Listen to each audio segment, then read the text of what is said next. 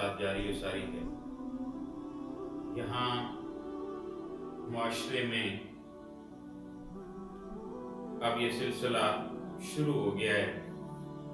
کہ یہ احباب گرمی کا تقاضا کرتے ہوئے، گرمی بہت ہے، کیا کریں، کچھ خود ساختہ مریض بن گئے،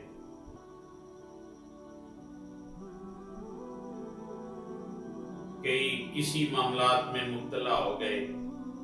میں آپ کی خدمت میں عرض کرتا چلوں کہ حضرت امام غزالی رحمت اللہ تعالی علیہ فرماتے ہیں کہ روزے کے 3 درجے ہیں، ایک ہے عام، دوسرا ہے خاص، تیسرا ہے خاص الخاص۔ فرمایا حضور عام روزہ کیسا ہے؟ فرمایا عام روزہ تو یہی ہے کہ صبح طلوع آفتاب سے پہلے پیٹ بھر کے کھا لینا، اچھے طریقے سے سحری کر لینا، اور پھر سارا دن سو کر کے گزارنا،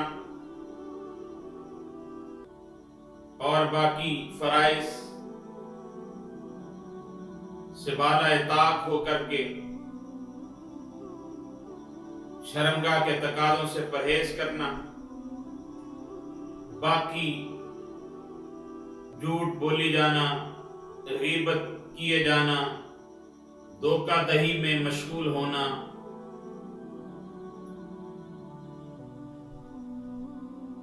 یہ عام طرح کا روزہ ہے۔ اور فرماتے میں اسے روزہ نہیں سمجھتا، کیونکہ نبی رحمت صلی اللہ تعالی علیہ وآلہ وسلم کا فرمان ہے کہ بہت سے روزہ دار ایسے ہوں گے جنہیں سوائے پیاس کی شدت اور بھوک کی کمی کے اور کچھ بھی حاصل نہیں ہوگا۔ اور پھر اس کے بعد امام غزالی رحمت اللہ تعالی علیہ فرماتے ہیں کہ خاص روزہ فرماتے ہیں یہ ہے کہ کان، آنکھ، زبان، ہاتھ، پاؤں اور دیگر اعضاء کو گناہوں سے بچایا جائے، اور یہ صالحین کا روزہ ہے۔ آپ فرماتے ہیں کہ